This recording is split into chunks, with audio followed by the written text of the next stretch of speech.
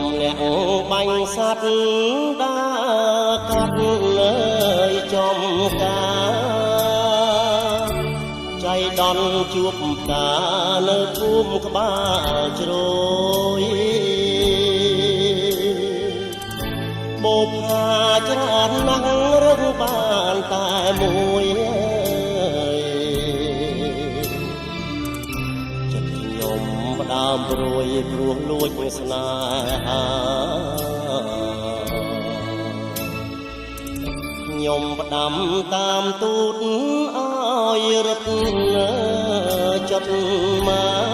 កអ្នកនោះរូបកាយស្គាំងស្គមខ្លោចសាខ្វះទាំងបុណ្យស័ក្តិខ្វះទាំងវិចា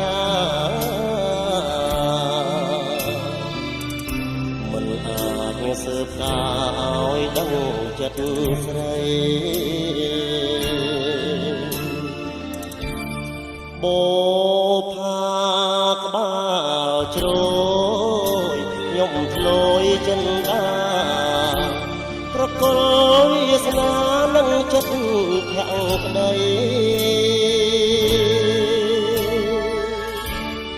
អូលោកអ្នកតានាមក្បាល8បុណ្យលសពស្រីពីរឿងខ្ញុំផងជាតិនេះប្រាថ្នាបេះផ្កាក្បាលជ្រោយ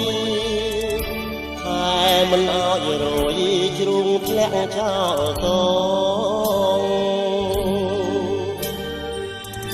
រៀមជាបាំងសាកំព្រាបងកសូមផ្ញើខ្លួនផងក្នុងនាមអងសត្វ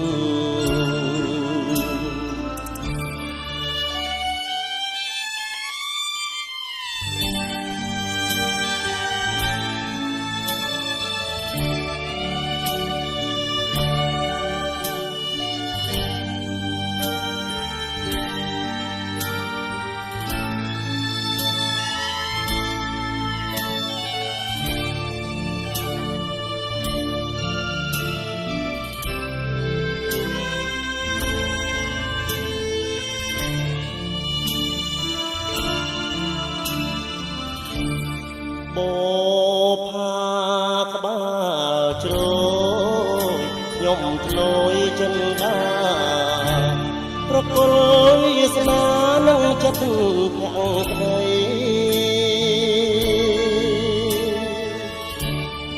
អូលោកអ្នកតានាមក្បាល8បុណ្យលសពស្រីពីរឿងខ្ញុំផង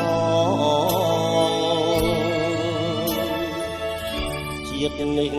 ប្រាថ្នាបែបកាលក្បាលជ្រោយខែមិនអោយរយជ្រុះធ្លាក់ចោលតង